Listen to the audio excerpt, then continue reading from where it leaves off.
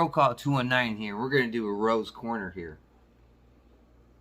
So, been watching a lot of comments online here the last few days, ever since the violence at Capitol Hill happened. Now, I've said this more than a few times on different people's shows, on my show that's on Wednesday nights, 9:30, 10ish, whenever my internet wants to work, since I live out in the middle of nowhere. But a lot of people are calling everyone that was at that incident traitor, seditionist, insurrectionist. I believe that's not the case. I have said on numerous occasions, the people that went there to protest, the people that went there to voice their opinion, had that option. That is totally fine. What I had a problem was people breaking down doors, jumping through windows, carrying around lecterns and taking personal property or federal property and touting it around like they're the cream of the crop. Well, guess what? They're going to be the cream of the crop in jail where they belong.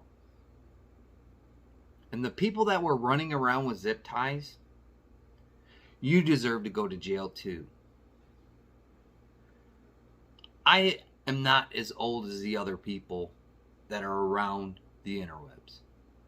And it's blatantly put there and put out there. But I do not condone what happened there inside the Capitol. But I also don't condone all these other people that are saying, if you were there, you were part of the problem. I think part of the problem is, as Americans, we continue to elect these people.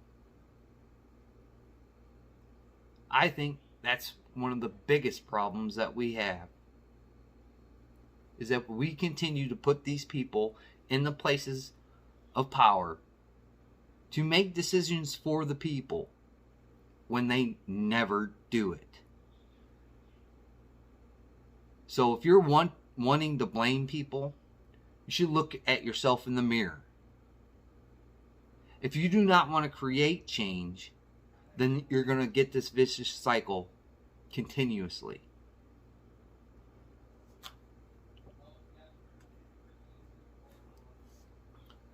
It saddens me to see this. It's talking to some people on the other side of the spectrum that have fought in war-torn countries. We have seen this before. And if you thought it was awesome, I have another thing for you. You should seek out somebody that has been to a war-torn area. I don't know who's creating these steps to further along this kind of action, but I'm going to tell you, if you think it's funny and you think it's so great, I honestly think you should reevaluate yourself. Americans have been resourceful throughout my time in history.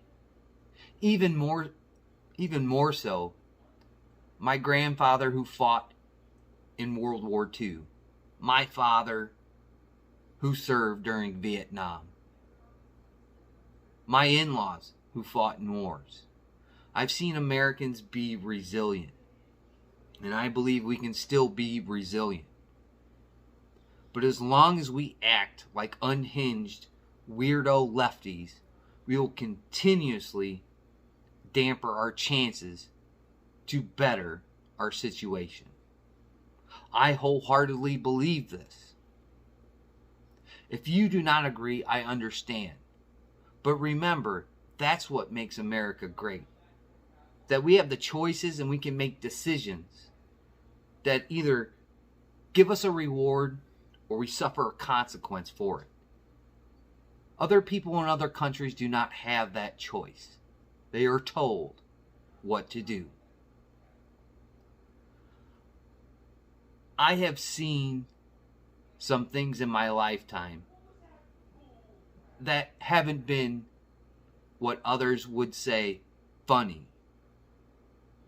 When I've seen countries go down this road, this line, this direction.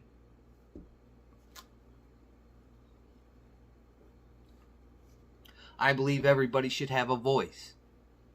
I do not agree with silencing the voices, regardless if you disagree with them or agree with them. I don't believe in that.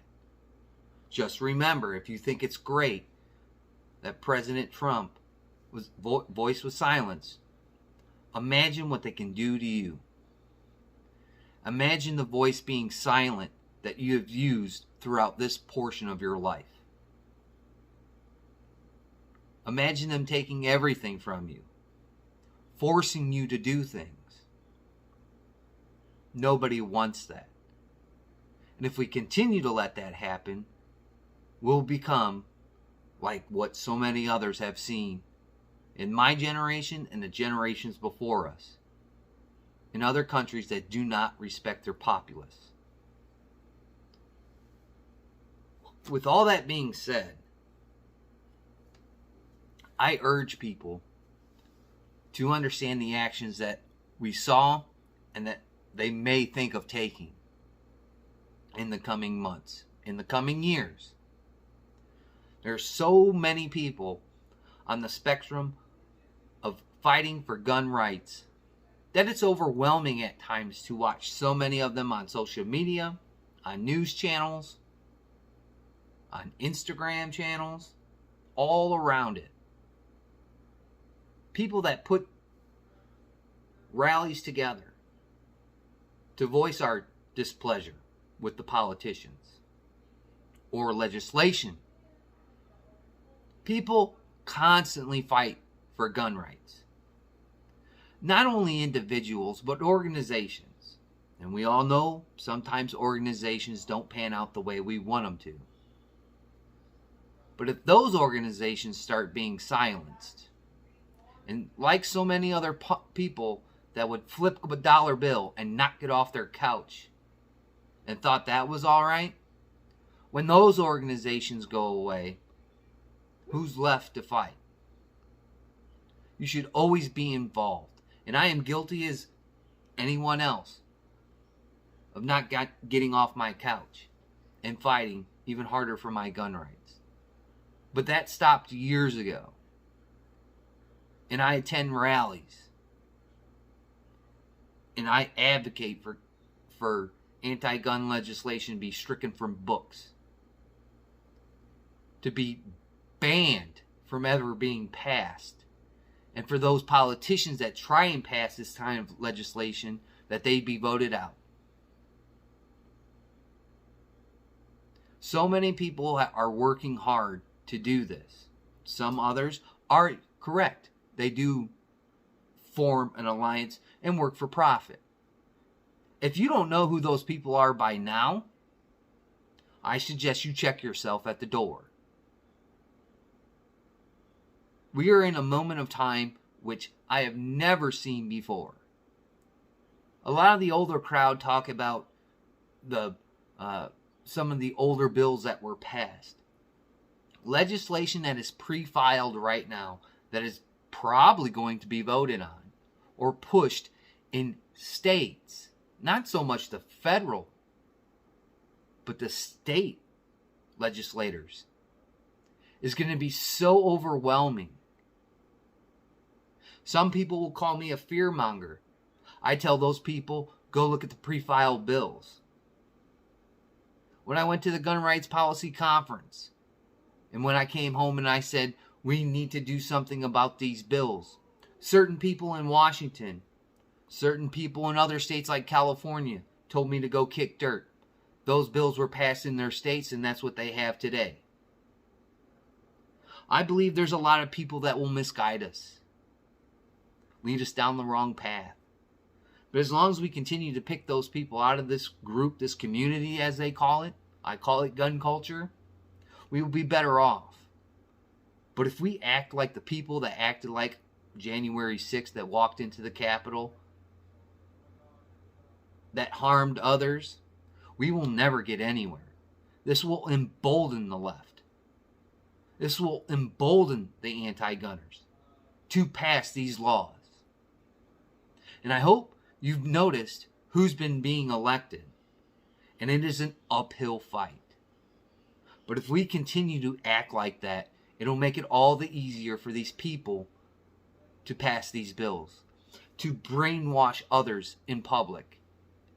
Use this as an example and stymie everybody's efforts, mine and others included, to fight for the Second Amendment.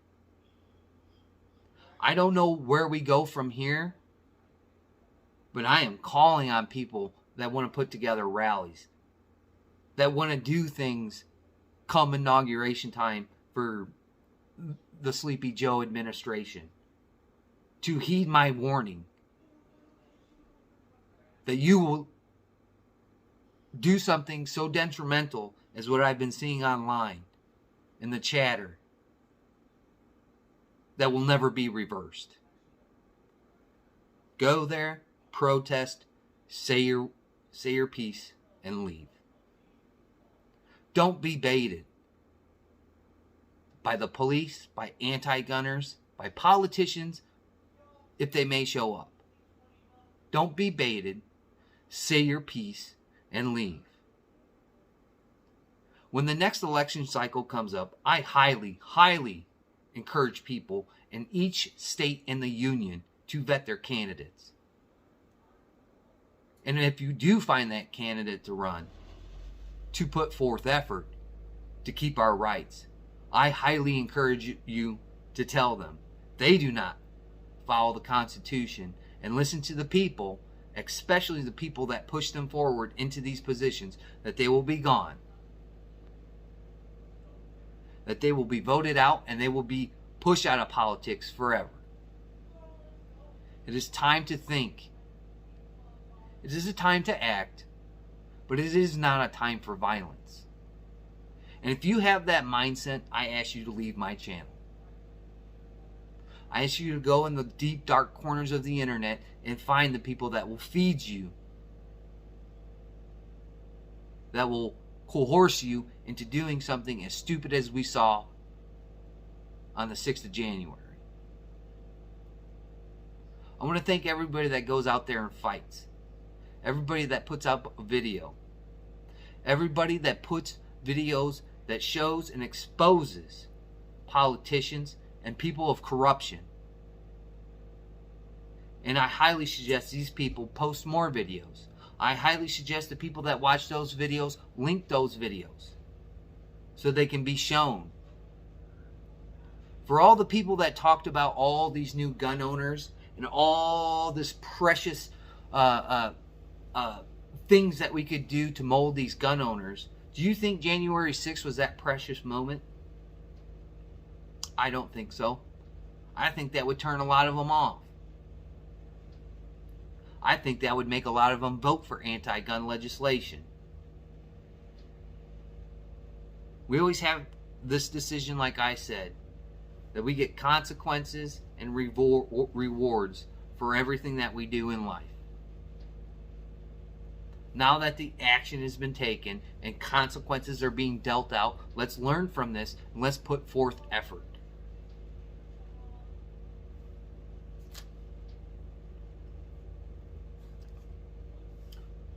We will be in a trying time in the next few years.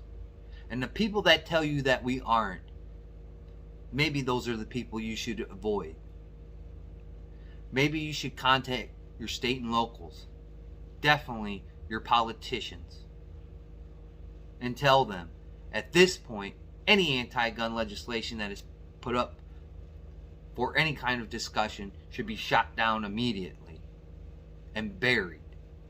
Like they have buried constitutional carry, national reciprocity, and taking certain objects off of the NFA. It becomes apparent that a lot of people would like to blame one side of the other.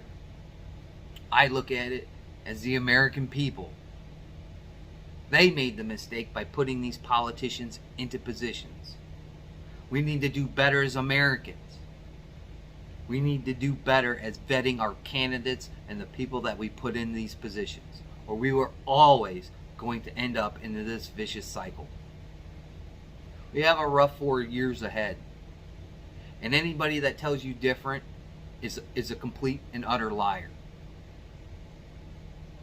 I wholeheartedly tell you to keep an eye on your congresspeople, your politicians, and the legislation that is brought up about firearms. I'd like to thank my old and my new subscribers and just the people that zip through. I greatly appreciate it. Like, comment, subscribe. Share your favorite content because it's getting pulled down every day. And like always, we'll catch you on the next one.